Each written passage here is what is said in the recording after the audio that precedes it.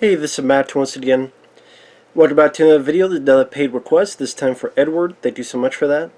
And for those interested in requesting pretty much any type of videos, topics, reactions, commentaries, re-reviews, what have you, feel free to send it either directly to my PayPal or join my Patreon. Both links are down below in the info box. Now, this is for South Park Season 10, Episodes 1 and 2. Entered a new season, and this is the season that starts with pretty much the last appearance of Chef, or at least Isaac Hayes as Chef, because this is a time when, not in the past season, you had the Scientology episode, which a lot of Scientologists got upset with that. And supposedly Isaac Hayes was upset, but then if you talk to Isaac Hayes' son, he says there's something more to it than that. Yes, Isaac Hayes was part of Scientology. They did an episode. And then supposedly Isaac Hayes made this statement of blah blah blah, and they're awful people, and I'm not going to do the show anymore, and blah blah blah.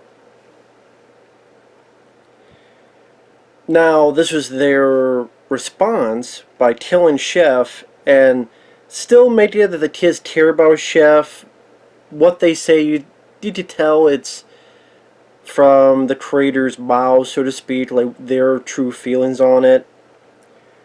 At the end of the day, I still don't think you needed to kill Chef. I still think there's a bit of a, like we've all experienced, a butthurt quality to it, that you don't know the full details. I do think there's more to the story that just, I think there's more to it than just Isaac Hayes going, nope, I quit, that's it. I do think there's more to it than that. Just so I understand, Isaac Hayes' sons went on to say, no, my dad wouldn't care. I mean, the show made fun of everything else. I would like to think his son knows his dad better than anybody. And his son says, no, the Scientologist, my dad was in like a stroke. He had like a stroke and he could barely do much. And the Scientologists, his agents, his managers, they were Scientologists, and they kind of wrote it for him, those statements. Because in the later years, Isaac Hayes couldn't do much. I mean, what, there was that movie Return to Sleepaway Camp, and I swear that film took like a bit of time for it to get released. And that's a crappy movie.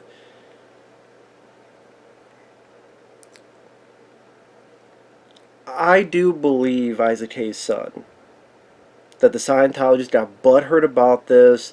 One of their own was Isaac Hayes. He had a stroke, and they just went, well, we assumed he would say this. We would assume, we're doing it for his best interest. You know, his best interest. And there's a written interview, even the guys at South Park saying, Trey Parker, Matt Stone, yeah, we knew there was something up. But at the same time, it's like Chef was a fun character. Isaac Hayes, obviously he didn't come and do the voice, so they just took little snippets of clips. Which I like that they do mention the fact that Chef sounds weird. And then make it where Chef left South Park for the Super Adventure Club. He came back. When he left, the kids were crying. Cartman was even crying. When he came back, everybody in the whole town was happy. And you tell the Chef is talking weird, and at least the kids mention it, because they just had to take random clips of Isaac Hayes from various other past shows and just clip sentences together. You know, one goes, does Chef seem trippy to you? And then Chef taking clips of him wanting to make sweet love to these women. Now Chef wants to make sweet love to the kids. And you kind of find out he's been brainwashed by this club. And the Super Adventure Club is Scientology. There's even a bit where they tell their backstory, and there's a text that goes, this is what Super Adventure Club actually believes. The last time they did that was the Scientology episode. And, oh yeah, the Super Adventure Club, we all do this with kids because it makes us immortal. So the kids try to get Chef to get out of this brainwashing. You know, they're saying lines like, he's been brainwashed by this club, and Chef, they filled your head with lies.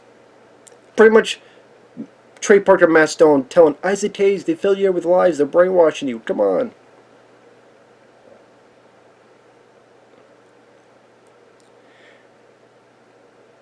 And you ever heard the phrase burning the bridge?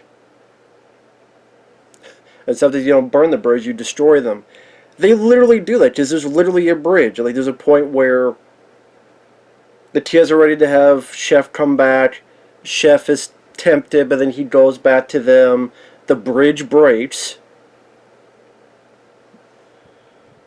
He falls, and spoilers, he gets impaled at a mountain lion and the bear attack him, and he gets his face torn off. And it's pretty much, while the bad guys take Chef's body and then they turn him into Darth Chef. I don't know how long that thing went on. Obviously they did that to have a different voice for the character. Also do a Star Wars reference. But then the kids go, well, let's not pay, yeah, the events of last week is hard, but we need to remember the good times of Chef. And I know there's a lot of people, most people say there was such a great send-off for Chef as Isaac Hayes. I disagree, especially now, in my opinion, looking at what Isaac Hayes' son and others have said. You had a guy who was manipulated, and now a character that really became one of his big characters. I mean, Isaac Hayes, when you think of him, you think of his music, of course, like the theme from Shaft. You think of Duke of New York, A#1, Steve from New York. You think of Chef. And it's just sad that yeah, it would be cool if you just have him as a background character and saying hi every once in a while. It would be like a good homage to Isaac Hayes. Like, he died, but his character lives on through this cartoon. And maybe, a couple bucks goes to Isaac Hayes' family.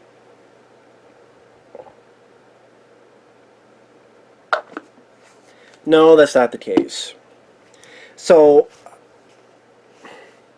I thought at the time it was, guys, I understand at the time you felt you were betrayed by your friend, but when more shit has come to light, so to speak, it just comes off as a bit of a butthurt response. And I know that because we've all made butthurt responses, and we'll continue to do. We're imperfect. That's what human beings are.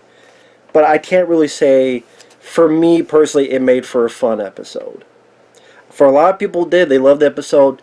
Just, I felt bad for Isaac Hayes. I felt bad for the Chef character, that he became brainwashed to wanting to screw the kids, and then Bridge. It was just a really shitty end to that character. But again, that's just my opinion. So I can't say I was a fan of that episode.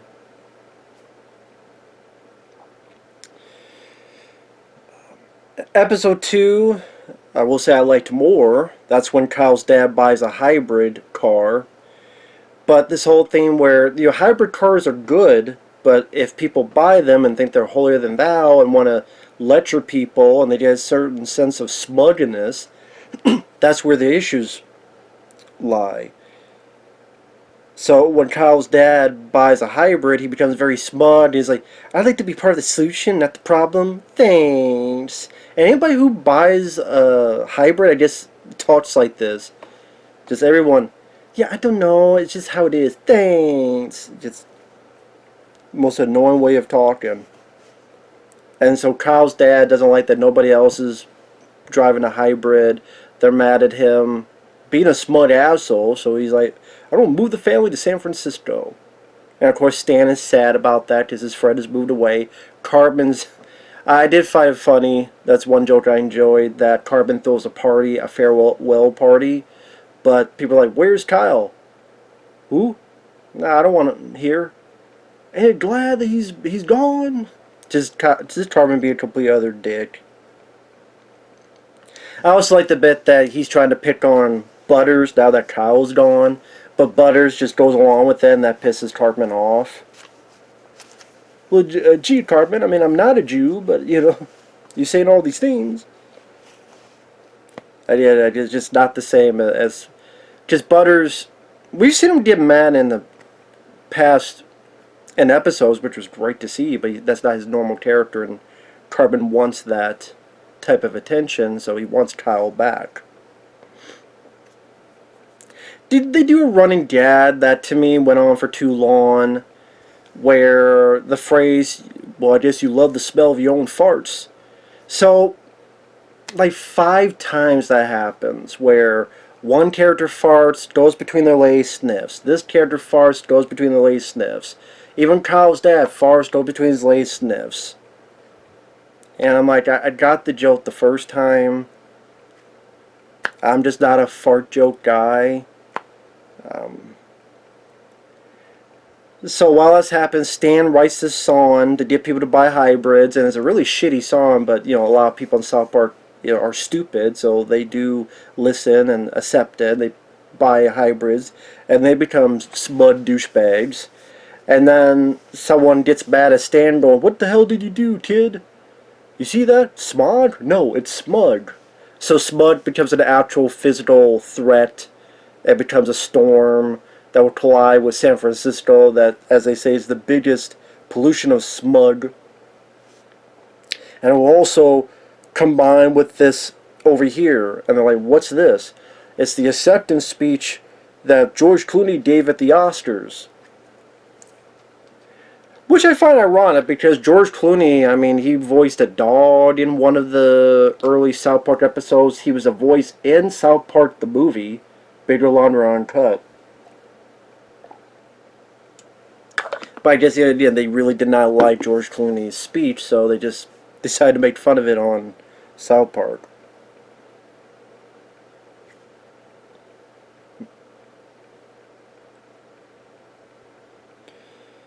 So there's a storm. I do like the bit with Cartman and Butters. I like when they're together. I think they make a fun team. Cartman wants Kyle back to be able to piss him off, but he doesn't want to go into San Francisco, so he's in like a suit, a hazmat suit, and Butters has to put this line as Cartman. Everyone's walking fine, but he's walking in this suit in order to get to Kyle. Spoiler alert, a storm happens. San Francisco disappeared up its own asshole, as one person says. A lot of South Park's destroyed, but it'll rebuild. Cartman saved the family, but he doesn't want anyone to know. And as someone says, it's fine buying a hybrid, just don't act like you're better than anybody else. And of course, South Park's so stupid, they're like, I can't handle that responsibility. So, like I said, the stuff between Butters and Cartman, I would say I like the most. The idea of a smug storm, just that quirky, offbeat way of South Park that for not every single time, but there's a good chunk of episodes that I've enjoyed that weird aspect of you don't know what kind of plot they're going to have next, but at the same time they try to convey a message, whether it's, well, mostly it's pretty blunt, but still there nonetheless. I mean, I don't care about Kyle's dad as a character. Couldn't give a rat's ass if he lived, died, went up in a spaceship, went down in a volcano. I didn't care.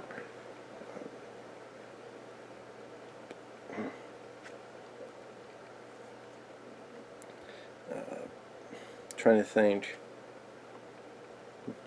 The smelling your own farts thing, that dad kind of wore off for me. I did not listen to the George Clooney acceptance speech. I didn't really get it, but I could assume. And you hear little bits of their recreation and voice-wise. I do wonder what George Clooney thought of that. I'm sure he thinks, well, they made fun of everybody, and I liked it for that. I'll accept it as well. It does make me wonder if the guys at South Park actually like any celebrities. Although I didn't, they seem like they like some rock bands, some of them, because they've had them as guest stars, and Cheech and Chong they seem cool with, because they were in an episode, so there are exceptions. It's not an episode I loved. I would say it was okay. It was alright. Most people remember the first episode because of the chef, and a lot of people said love it. They put in their top 20 favorites. Again, I just have a different opinion on it compared to others. But it just makes me feel bad for Isaac Hayes. That not only what happened in real life around that time, but then, you know, even his own character, the character couldn't live on. That would have been nice. I don't know, well, what, but it'd just be nice to be in the background, and again, just, you have all these clips, you just say one or two lines every one, you know, once in a blue moon.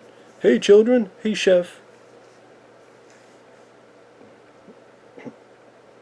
Or even in the background, and background, you know, group shots. But I just, you know, they just wanted to rip the band-aid off and throw it away. So it is what it is. This episode 2, I at least get the message behind it, and again, doing stuff to protect the environment, there's nothing wrong with that. Just don't act like you're holier than thou and act like a douchebag about it. You know, that's understandable, and that should be manageable, but for a lot of people it isn't. So, with that said, thanks once again, Edward. I really do appreciate it. Animation-wise, it's hard to really review the animation, because other than that one episode, I think 2 seasons back, where it was like anime style for little bits, and usually the animation is fairly the same. Music, the only music I remember is Stan's shitty song. But I guess that's the point, it's so shitty, yet everybody was that gung-ho to pick it up. And go, yes, I will drive a hybrid as well. Never been in a hybrid. Never been in one. If anyone out there drives one, you let me know how it is.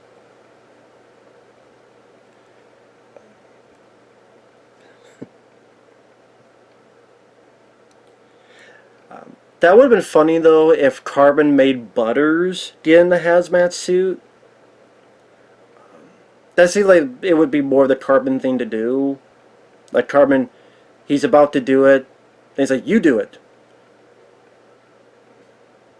And, like, forces Butters to do it, and just the way, how Butters will, like, interact with San Francisco in this hazmat suit, and I think you could create some more comedy with that, other than Carbon doing it.